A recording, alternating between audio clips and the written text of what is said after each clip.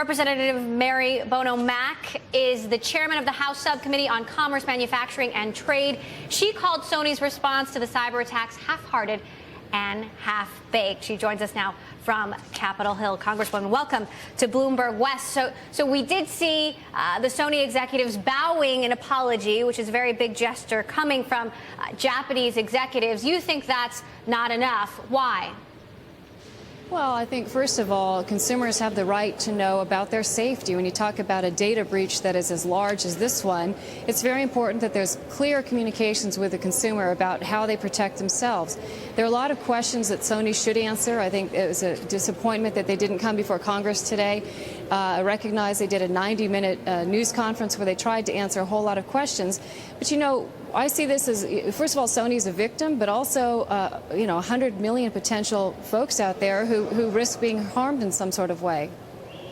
Now, they did hire a new chief information officer. They've added new software. They've added firewalls. What else should Sony be doing to make this right? Well, Emily, that's a great question, but they've done this after the breach. And I think we want to know why these simple measures really weren't taken into account before the breach. I mean, in the letter today that they did send back to Congress, they did talk about implementation of new firewalls, enhanced data protection and encryption, new automated software monitoring, and hiring the new chief information security officer that you referenced.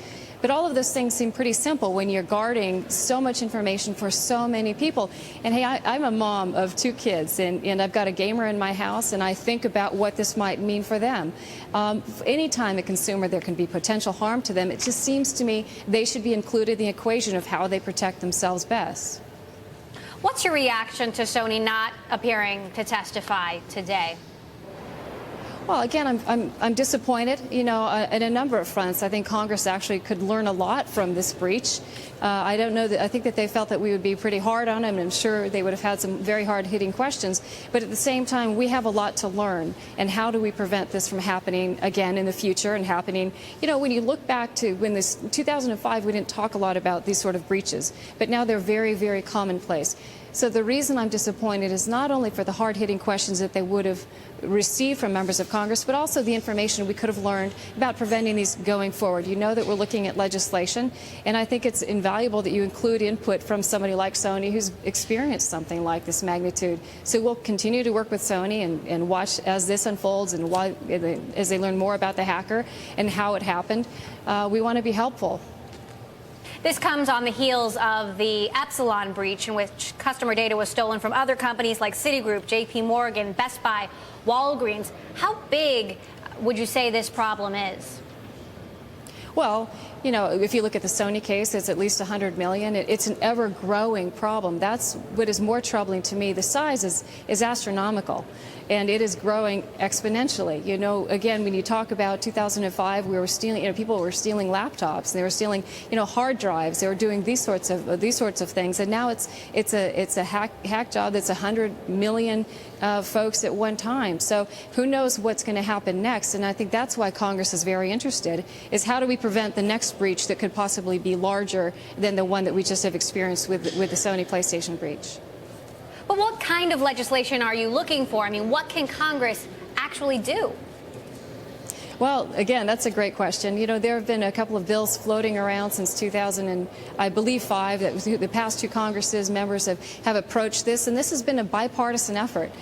Cliff Stearns from Florida had a bill, and Bobby Rush had a bill, and again, a very bipartisan effort. A lot of concerns from members of Congress on both sides.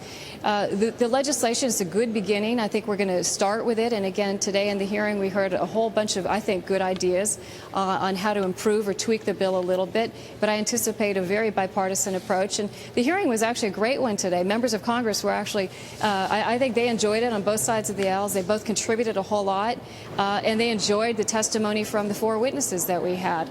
So the legislation will be trying to target and improve, that when a consumer basically hits enter, the enter key, you shouldn't be having to cross your fingers while you hit enter.